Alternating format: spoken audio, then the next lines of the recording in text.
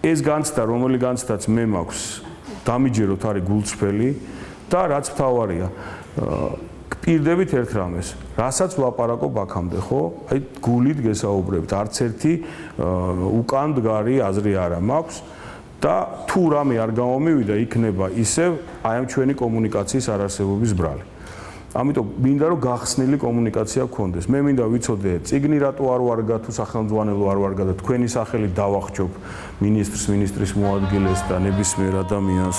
მე მინდა რომ ვიცოდე რა პრობლემა გაქვთ, ისაც არ ვიცი და ჩემისგან მარტო ვერ გავიგებ ამ პრობლემებს ყველასგან მინდა ვიცოდე, ისევ კიდევ ხელ ხას უსვამ, არც ერთი ჩემი ნათესავი.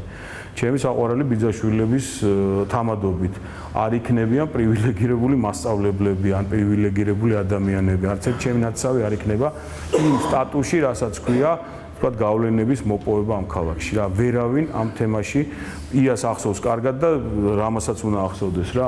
მე რო ტელევიზიას ვიწყებდი, ჩემმა ძმა მომიყვანა მთელი რუსთავიორის ბიჭები და გოგონები, აქ ვინც არიან დღეს და მე დიდები გახდნენ, მათ შორის ნანა ლეჟავა, არ ვიცი, ყველა და ჩემი ძმა დღემდე არის ამ ტელევიზიაში, მაგრამ არასოდეს ყველაზე მეტად იჩაგრებოდა იმ ტელევიზიაში ჩემი ძმა. იმიტომ რომ მე ვთვლიდი რომ სხვებს რო დაენახათ რომ მე ვარ დაუნდობელი სხვის მიმართ, ჯერ საკუთარს უნდა იმასაკნა რა, და ბევრი თემა რომელიც შემიძლია